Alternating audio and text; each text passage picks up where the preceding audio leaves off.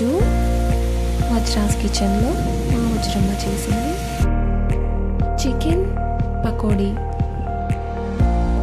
చాలా స్పైసీగా, క్రిస్పీగా, లోపల టెండర్గా, చాలా టేస్టీగా ఉంటుందండి.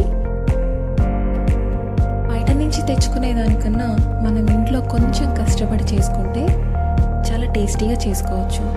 హెల్తీగా కూడా ఉంటాం కదా. సో మనకు కావాల్సిన ఇంగ్రీడియంట్స్ చేసే విధానం ఏంటో చూద్దాం. 1/2 kg బోన్లెస్ చికెన్ తీసుకొని దానికి సరిపడా సాల్ట్ యాడ్ చేసుకోవాలి. కొంచెం పసుపు, ఒక 3 to 4 స్పూన్స్ వరకు కారం అయితే పడుతుంది. ఎందుకంటే చికెన్ పకోడీ అనేది స్పైసీగా కావాలి కాబట్టి అంత కారం అయితే పడుతుంది. ఇది అజినోమోటో అండి. ఇంట్లో నిమ్మకాయ ఉంటే నిమ్మకాయ యాడ్ చేసుకోండి. గరం మసాలా 1 స్పూన్, 1.5 స్పూన్ వరకు ధనియాల పొడి, 1.5 స్పూన్ అల్లం వెల్లుల్లిపాయ పేస్ట్. ఇవన్నీ బాగా మిక్స్ అయ్యేలాగా చికెన్ని కలుపుకోవాలి.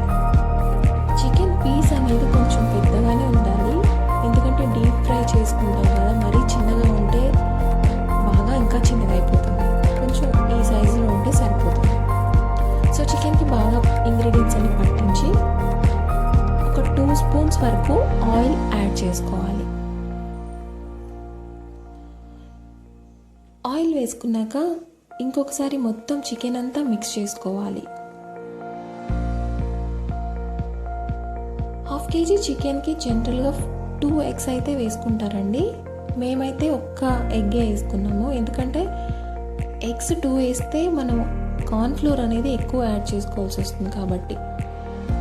సో మేమైతే 1 వేసాము. మీ ఇష్టం అండి, మీకు కావాలంటే 2 eggs వేసుకోండి. కొత్తిమీర, కరివేపాకు, పచ్చిమిర్చి అన్నీ కూడా యాడ్ చేసుకుని మళ్ళీ ఇంకొకసారి చికెన్ అంతా బాగా మిక్స్ చేసుకోవాలి. 2 స్పూన్స్ వరకు కార్న్ఫ్లోర్ వేసుకోవాలండి. మన 1 egg వేసుకున్నాం కాబట్టి 2 స్పూన్స్ అయితే సరిపోతుంది. ఇందులో వాటర్ అయితే అస్సలు యాడ్ చేయకూడదండి. 2 eggs వేసుకుంటే ఇంకా ఎక్కువ కార్న్ఫ్లోర్ వేసుకోవాల్సి వస్తుంది. కాబట్టి మొత్తం మిక్స్ చేసుకుని ఇలా మ్యారినేట్ చేసుకున్న చికెన్ని ఒక 1/2 hour వరకు పక్కన పెట్టుకోవాలి.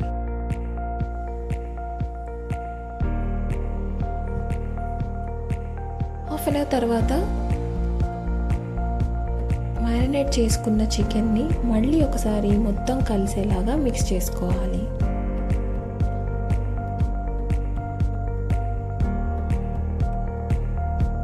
బాగా మిక్స్ చేసుకోవాలి. స్టవ్ మీద ఆయిల్ పెట్టుకుని మ్యారినేట్ చేసుకున్న చికెన్ని డీప్ ఫ్రై చేసుకోవాలి. చికెన్ పకోడీ చేసేటప్పుడు ఎప్పుడు ఒకేసారి మొత్తం రోస్ట్ చేయకూడదండి. ఒక 50% వరకు డీప్ ఫ్రై చేసుకున్నాక సైడ్కి తీసేయాలి. చూడండి, ఇలా చికెన్ అంతా చక్కగా ఒక్కొక్క పీస్ని సపరేట్గా వేస్తే మనకు అన్నీ అతుక్కోకుండా ఉంటాయి. ఒక 50% వరకు కూడా మనం ఆయిల్లో డీప్ ఫ్రై చేసుకోవాలి. ఇది ఒక 50% వరకు ఫ్రై అయ్యిందండి. ఇది తీసి సపరేట్గా ఒక ప్లేట్లో వేసుకోవాలి. ఇలానే మనం మ్యారినేట్ చేసుకున్న చికెన్ అంతా కూడా 50% వరకు ఒకసారి డీప్ ఫ్రై చేసుకోవాలి.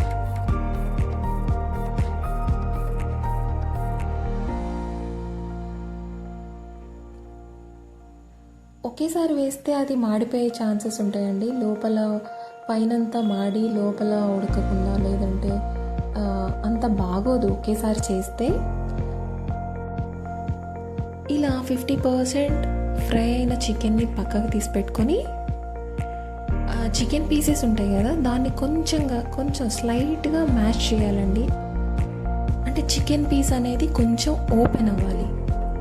అప్పుడే మనం సెకండ్ టైం వేసినప్పుడు ఆయిల్ లోపలికి కూడా వెళ్ళి చికెన్ అనేది చాలా బాగా కుక్ అవుతుంది అనమాట. లోపల ఆయిల్లో బాగా కుక్ అవుతుంది. ఇలా చేయడం వల్ల పైన లేయర్ క్రిస్పీగా, లోపల చికెన్ టెండర్గా ఉంటుంది. ఎక్కడ కూడా లోపల ఉడకకపోవడం అనేది ఉండదు. సో మిగిలిన అంతా చికెన్ కూడా ఇలాగే చేసుకోవాలి. ఇంతే అండి, చేసుకుంటే చాలా ఈజీనే అనిపిస్తుంది. కొంచెం టైం, ఇంట్రెస్ట్ ఉంటే ఇంట్లోనే చేసుకుని హ్యాపీగా తినొచ్చు. ఎందుకంటే బయట అన్హెల్తీగా ఉంటుంది కదా, ఆయిల్ కానీ వేసే ఇంగ్రీడియంట్స్ కానీ అన్నీ కూడా హెల్త్కి మంచిది కాదు కదండి. అందుకనే ఇంట్లోనే కొంచెం టైం చేసుకొని ఇలా హెల్తీగా, టేస్టీగా చేసుకోవచ్చు. చూడండి, ఇది సెకండ్ టైం ఆయిల్లో వేస్తుంది. చికెన్ పీసెస్ని కొంచెంగా ఇలా క్రష్ చేసి అంతా కూడా చికెన్లో వేస్తుంది. మళ్ళీ సెకండ్ టైం వేసే చికెన్ అంత ఎక్కువసేపు ఏమి కుక్ అవ్వదండి. 5 minutes అయితే సరిపోతుంది, కంప్లీట్గా కుక్ అయిపోతుంది. చూడండి, ఇట్లా అంతా వేసుకుని ఒకసారి మొత్తం డీప్ ఫ్రై చేసుకోవాలి.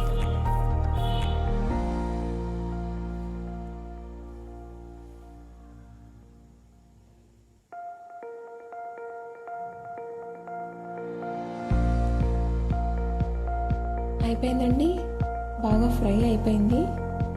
చూడండి, మనకి ఇలా చూస్తుంటేనే తెలుస్తుంది కదా.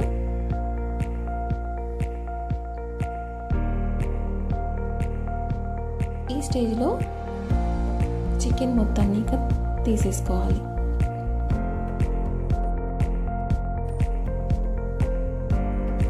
అంతే అండి, ఎంతో క్రిస్పీగా, స్పైసీగా ఉండే చికెన్ పకోడీ రెడీ అయిపోయింది. వేడివేడిగా అందరికీ సర్వ్ చేయడమే. ఇదేనండి ఈరోజు మా వజ్రమ్మ చేసిన చికెన్ పకోడీ రెసిపీ.